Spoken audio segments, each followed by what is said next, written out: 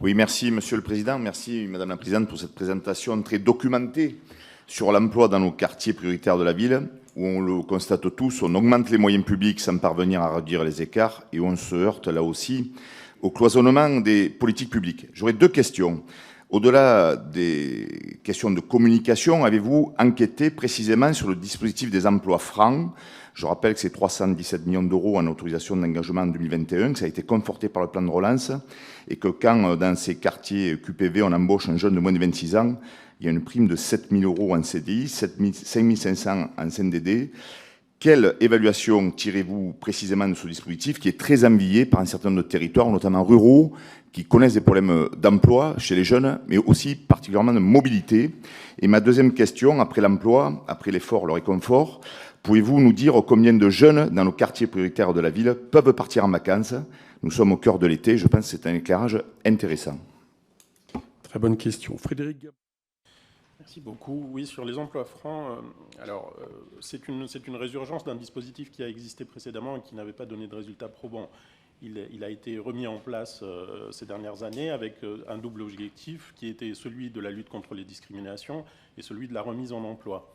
Alors, il y a du positif qui ressort de l'instruction que nous avons menée, c'est qu'effectivement, conjoncturellement, et lorsqu'il y a des besoins de postes non pourvus, c'est un dispositif qui est intéressant.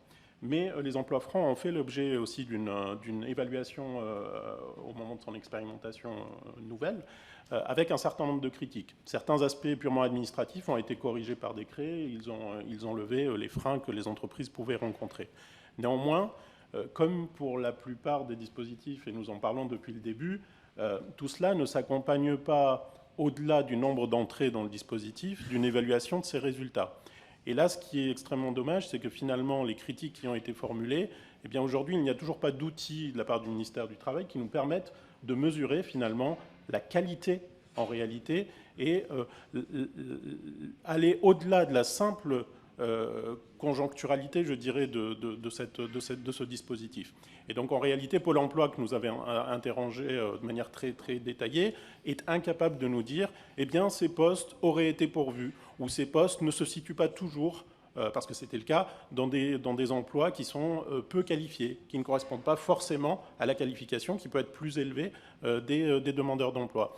Et donc, à la fin de l'instruction, nous restons quand même avec ces interrogations très fortes sur ce dispositif. Il y a effectivement un effet immédiat, mais en réalité, le qualitatif, nous n'en savons pas grand-chose. Donc une évaluation sera nécessaire, comme elle l'est sur l'ensemble des dispositifs, finalement, c'est ce que dit en substance le rapport, c'est qu'il est important de savoir que se passe-t-il pour le demandeur d'emploi, pour le jeune, pour la personne qui bénéficie d'un dispositif ou de plusieurs dispositifs successivement. Eh bien, l'indicateur qu'évoquait Madame Souciat tout à l'heure sur la récurrence au chômage, sur les sorties positives, sur qu'est-ce qui se passe à la sortie des dispositifs qui sont mis en place, cette question reste entière. Une dernière chose, si vous le permettez, concernant les emplois francs.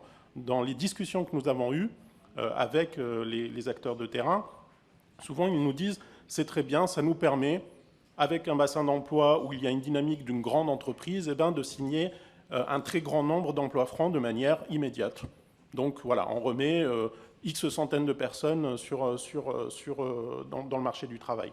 Mais la question que se posent ces professionnels de l'emploi sur le terrain, c'est de dire, au-delà de la qualité, c'est la durabilité de l'emploi, la volonté des personnes et leurs projets professionnels pour qu'elles restent à long terme et qu'elles acquièrent des compétences. Et là, ces mêmes professionnels nous disent « nous préférons le travail qui se fait dans le cadre du droit commun, c'est-à-dire l'accompagnement des demandeurs d'emploi dans le cadre d'une mise en situation dans les entreprises, parce qu'ils apprennent quelque chose, parce qu'ils acquièrent des compétences qui garantissent à la fois pour nous un lien avec ces entreprises, et donc on peut faire du sourcing quand on est Pôle emploi de cette façon-là, mais aussi accompagner ces personnes dans la durabilité et au-delà de la conjoncture économique qui peut plus ou moins encourager des entreprises avec un bénéfice financier à la clé à recruter ou pas dans ce cadre-là. Voilà.